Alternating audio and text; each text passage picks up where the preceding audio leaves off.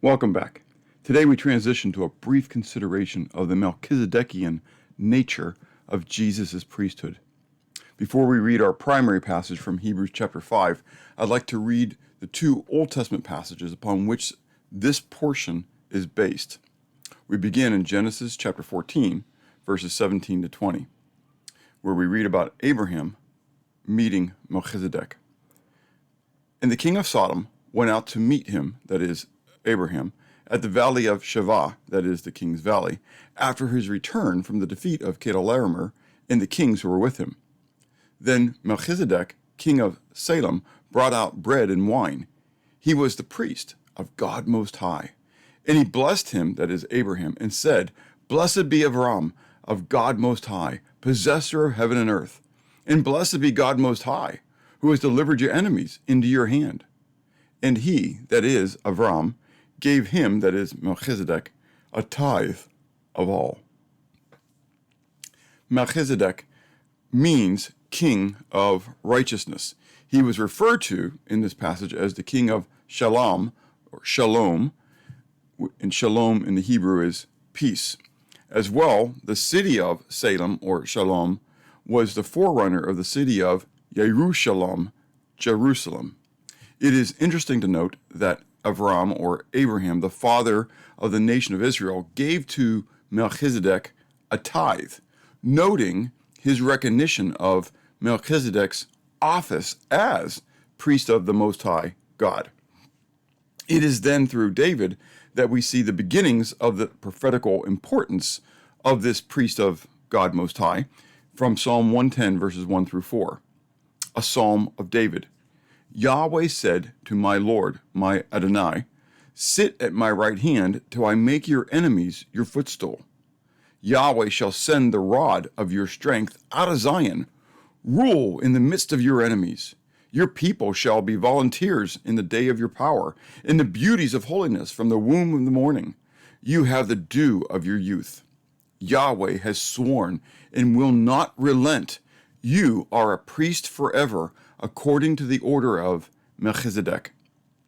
Note that David declares that Yahweh declared to his Adonai, to David's Adonai. So the word Adonai means Lord or Master. So Yahweh declared to the Lord or Master of David. Hence, in that, David really is revealing his understanding that there was something more that happened in that Godhead, that Yahweh, who was his shepherd, declared to this other individual who was above David, who was the king of Israel, and so that there was somebody else who was above him in that hierarchical order. And so David then declares regarding this as a prophetic look toward the Messiah, who would be the Son of God. And in verse 3 or verse 4, we're told that he would also then be a priest. There were three distinct offices for the Israelites.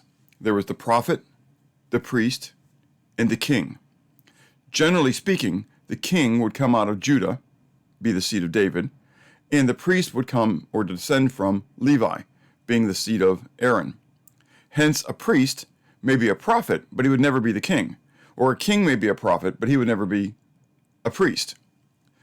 The Messiah, then, would be the king who would as well be a priest, but not through Levi, but rather in the order of Melchizedek, who came prior to Israel, who predated the Levitical priesthood given in the law.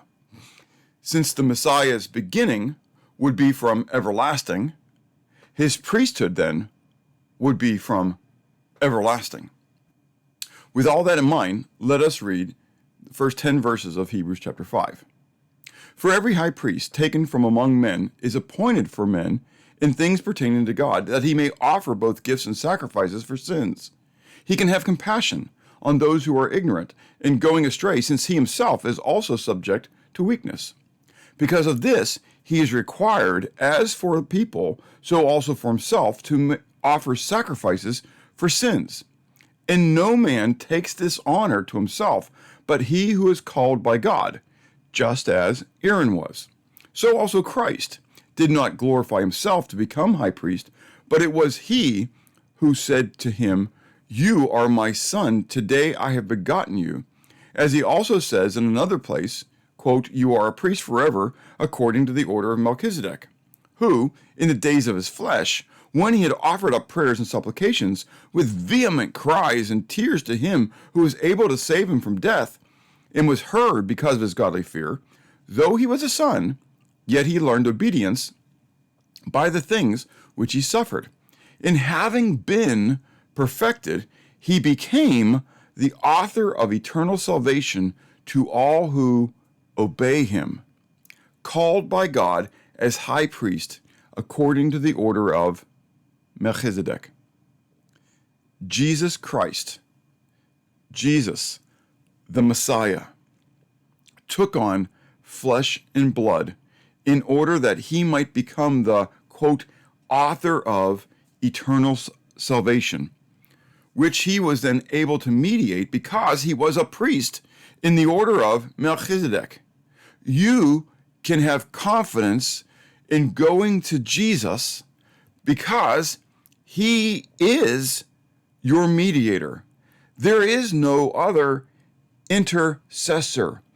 He fulfilled, and we'll be looking at this in the days ahead, he fulfilled all the sin sacrificial system, and there is then no other sin sacrifice. He then as well came filling that forever office of being the priest, we're told, in the order of Melchizedek. Oh, brethren, you can have a surety, a confidence in going before Jesus Christ, knowing that he is indeed your great high priest. And as we will continue to see in the next couple days, he is there to make intercession for you on your behalf. Pray and have a blessed day.